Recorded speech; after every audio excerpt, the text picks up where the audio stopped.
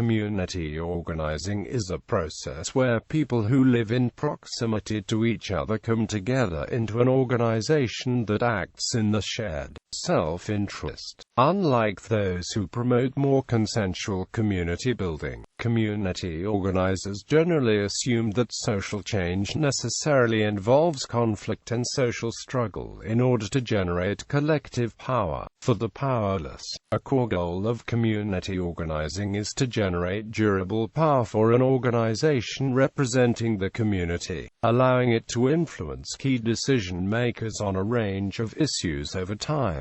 In the ideal, for example, this can get community organizing groups a place at the table before important decisions are made. Community organizers work with and develop new local leaders, facilitating coalitions and assisting in the development of campaigns. Characteristics: organized community groups attempt to influence government, corporations and institutions, seek to increase direct representation within decision-making bodies, and foster social reform more generally. Where negotiations fail, these organizations quickly seek to inform others outside of the organization of the issues being addressed and expose or pressure the decision-makers through a variety of means, including picketing, boycotting, sit-ins, petitioning, and electoral politics. Organizing groups often seek out issues they know will generate controversy and conflict. This allows them to draw in and educate participants, build commitment, and establish a reputation for winning. Thus,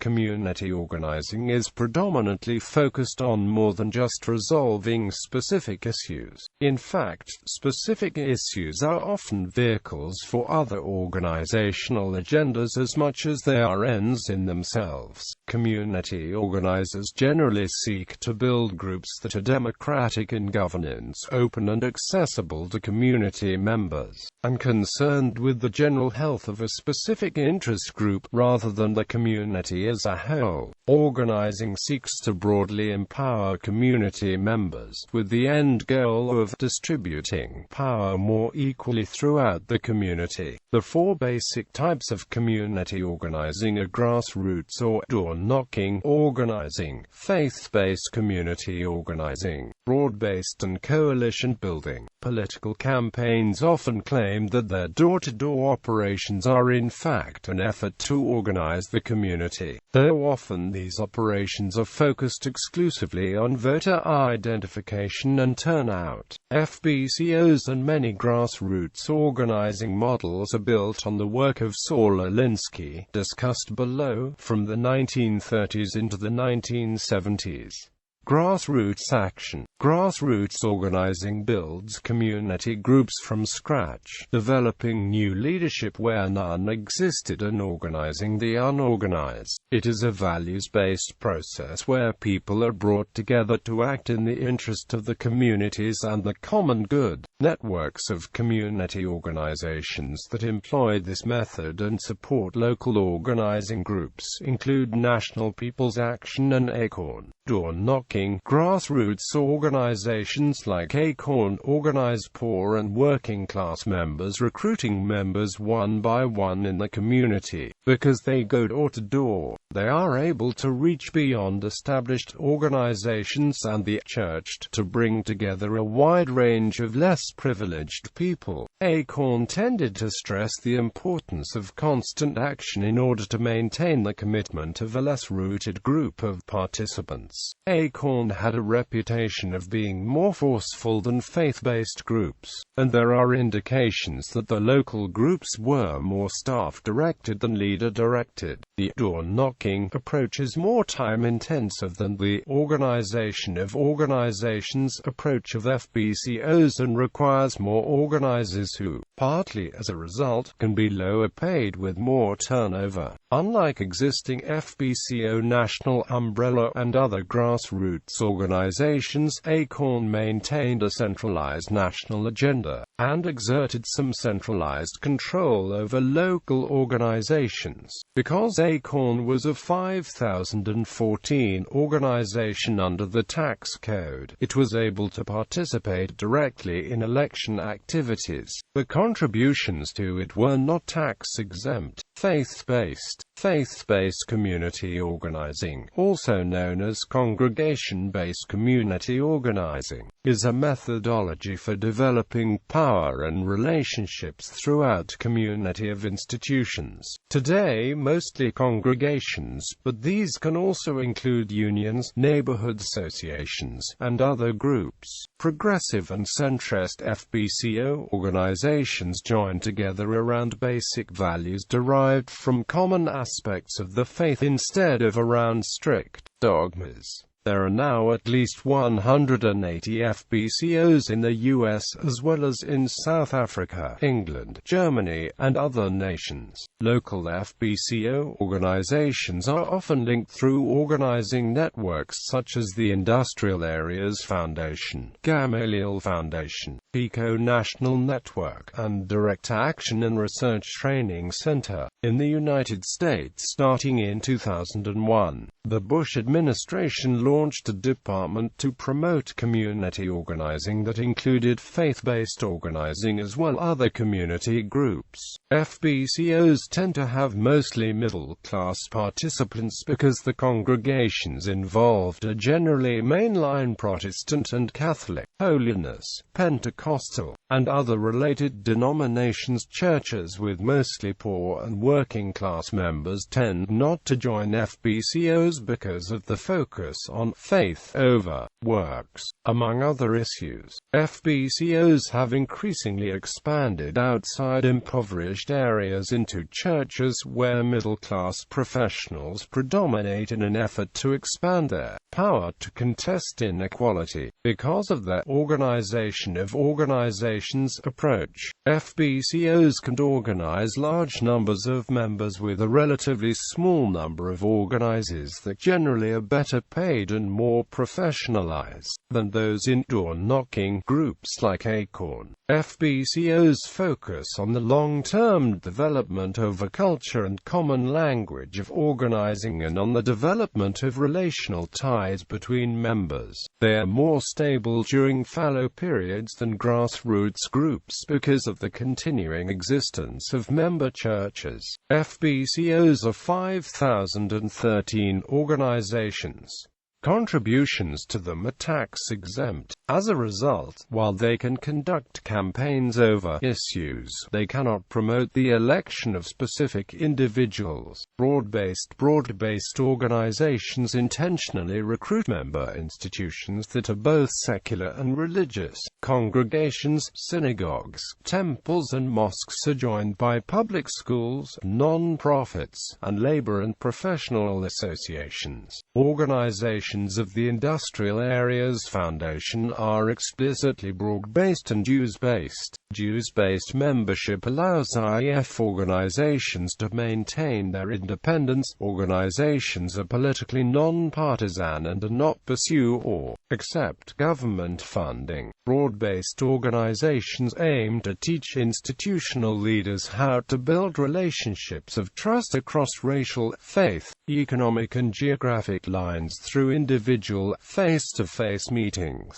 Other goals include internally strengthening the member institutions by developing the skills and capacities of the leaders and creating a vehicle for ordinary families to participate in the political process. The Industrial Areas Foundation sees itself as a university of public life, teaching citizens the democratic process in the fullest sense. Power versus protest. While community organizing groups often engage in protest actions designed to force powerful groups to respond to the demands, protest is only one aspect of the activity of organizing groups. To the extent that groups' actions generate a sense in the larger community that they have power, they are often able to engage with and influence powerful groups through dialogue, backed up by a history of successful protest-based campaigns. Similar to the way unions gain recognition as the representatives of workers for a particular business, community organizing groups can gain recognition as key representatives of particular communities.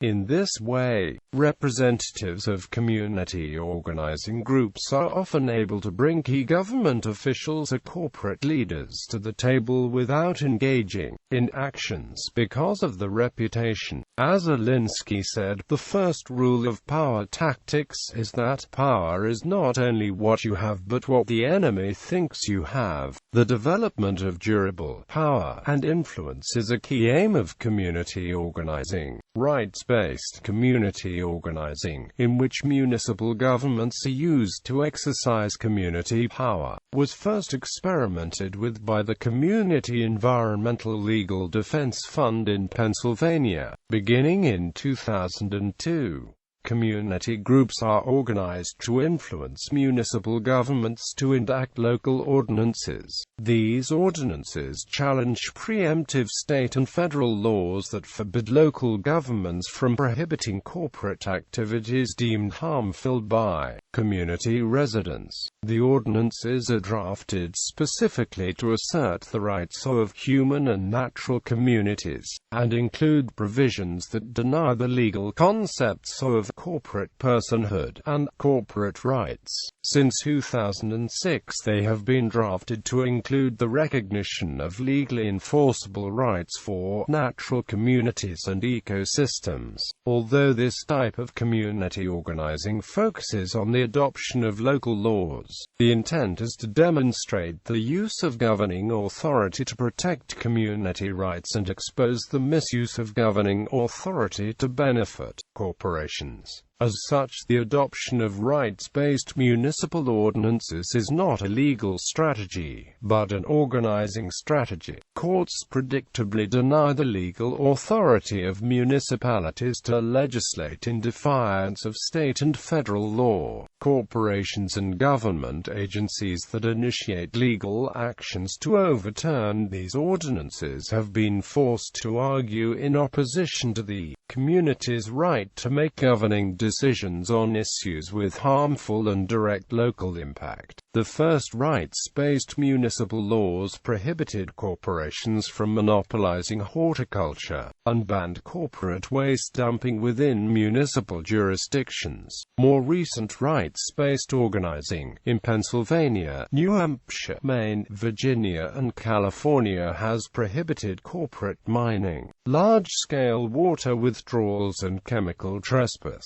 A similar attempt was made by Denton, Texas to restrict fracking was initially successful, but then overturned and further legislation passed to prevent Texas communities from enacting similar bans. Political orientations. Community organizing is not solely the domain of progressive politics, as dozens of fundamentalist organizations are in operation, such as the Christian Coalition. However, the term community organizing generally refers to more progressive organizations, as evidenced, for example, by the reaction against community organizing in the 2008 U.S. presidential election by Republicans and conservatives on the web and elsewhere. Fundraising organizing groups often struggle to find resources. They rarely receive funding from government since their activities often seek to contest government policies. Foundations and others who usually fund service activities generally don't understand what organizing groups do, how they do it, or shy away from the contentious approaches. The constituency of progressive and centrist organizing groups is largely low and middle income. so they are generally unable to support themselves through dues. In search of resources, some organizing groups have accepted funding for direct service activities in the past. As noted below, this has frequently led these groups to drop the conflictual organizing activities, in part because these threatened funding for their service arms. Recent studies have shown, however, that funding for community organizing can produce large returns on investment through legislation and agreements with corporations, among other sources, not including non-fiscal accomplishments.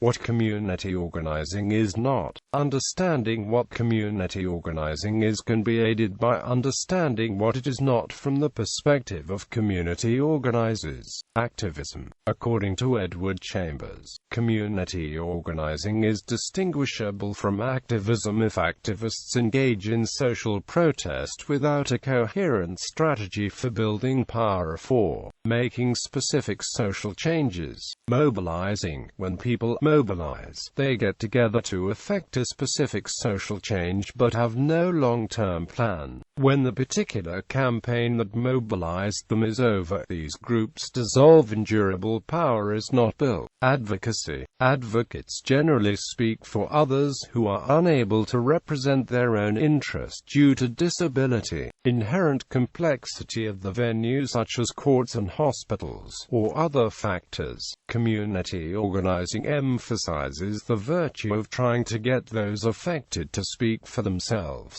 Social movement building. A broad social movement often encompasses diverse collections of individual activists, local and national organizations, advocacy groups, multiple and often conflicting spokespersons, and more, held together by relatively common aims but not a common organizational structure. A community organizing group might be part of a movement. Movements generally dissolve when the motivating issue are addressed, although organizations created during movements can continue and shift the focuses.